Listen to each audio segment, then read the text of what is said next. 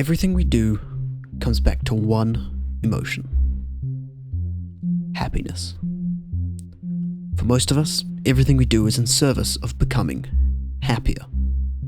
We get a job and earn a living in the hope that we can build a life that will make us happy. We build romantic relationships in the hope that they will make us happy. We have career and personal aspirations because we think the achievement of these things will make us happy.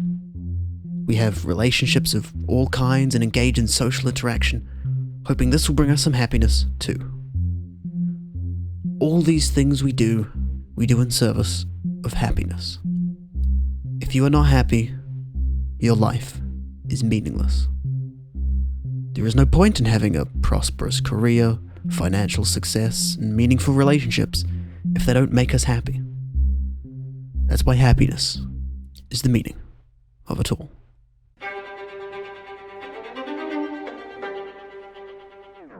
Wait, that's not right. Think about the happiest people throughout all of human history. Where are they now? Dust and ash, 6 feet beneath the soil, legend or not even a legend. Just like everyone else. It's all just so trivial in the end. So why get swept up in it to begin with? Why get swept up in this grand illusion when it's ultimately meaningless? Understanding that it is, in fact, a grand illusion is the first step. But what do you do with that information? Once you understand that, then what's next?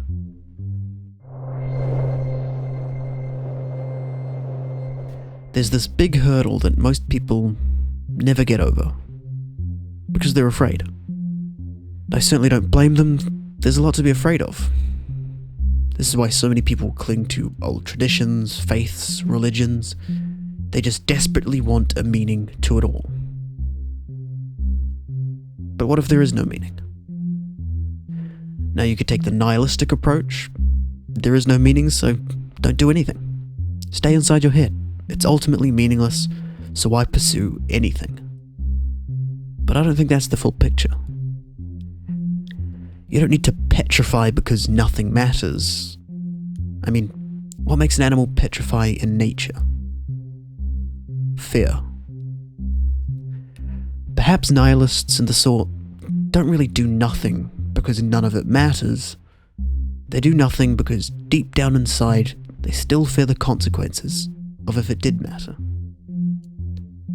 Now you could call that precautious if you'd like, but it's still predicated on the idea that there is a meaning to it all. You've missed the first step. It's cowering in the shadow of God instead of pulling off the covers and realizing there's nothing there. You're still at the first hurdle. Bear with me for this contradiction, but it's only once you understand that it really doesn't matter that you can really start doing the things that matter.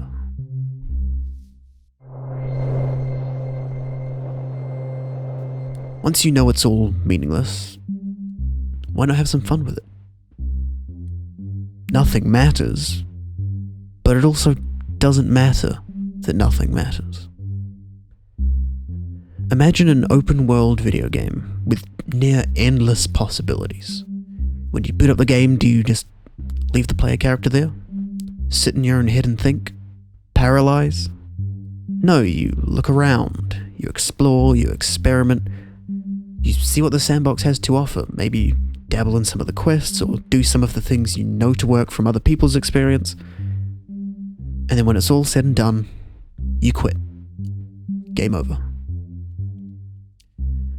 Now imagine someone playing this game believing they need to do this or they need to do that. Might get pretty stressful. They won't get the full experience the game has to offer.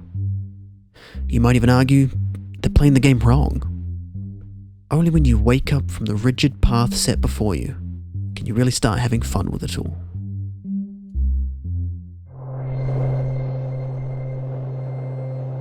Some people say that we suffer because we desire. But I think that's an awful thing to tell anybody, because then they desire not to desire, and that leads to more suffering. Instead, if you can understand why we desire, and why it really doesn't matter, that's when you can start enjoying it. So try to spot the illusion.